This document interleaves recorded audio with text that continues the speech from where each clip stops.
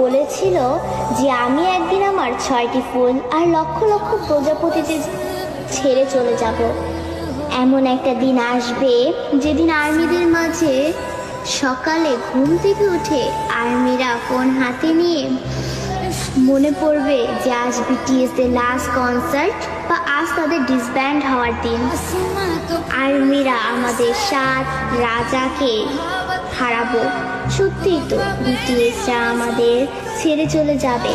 এমন একটা দিন আসবে যেদিন আমাদের অনুপ্রেরণামূলক কথা বলার জন্য বা আত্মবিশ্বাসী গড়ে তোলার জন্য আলেম থাকবে না, নিজের প্রশংসা নিজে করানোর জন্য জিন থাকবে না, আমাদের স্যাড কিং সুকা থাকবে না, একটা মুচকি হাসি দিয়ে সকলকে হাসানোর জন্য যেই হোক থাকবে না, ক্যামেরার সামনে আর্মিদের সাথে ফ্লাইট করার জন্য জিমিন থাকবে না।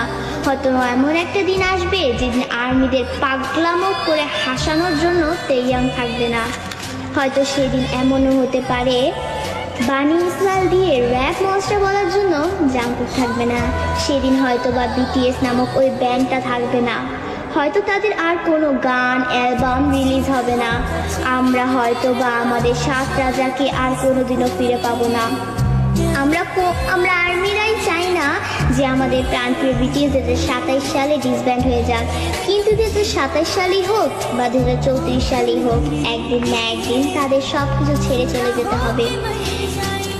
ডোরেমনও তো রোবট হয়েও সারা জীবন নোবিতার কাছে থাকতে পারেনি, তবে বিটিএস মেম্বারও তো মানুষ, তারা কিভাবে পারবে আমাদের সাথে সারা জীবন থাকতে? তবে তারপরও আমি বলবো আমাদের প্রিয় বিটিএস কোনোদিনই ডিসব্যান্ড হবে না। তারা আমাদের হৃদয়ের মাঝে চিরকাল থাকবে। দিন শেষে একবার আমাদের রিয়েল আর্মিদের মনে পড়বে আমাদের 7 রাজার কথা, তাদের সেই পাগলামোর কথা, তাদের সেই অনুপ্রেরণামূলক কথাগুলো, এবং এটাই হচ্ছে রিয়েলিটি।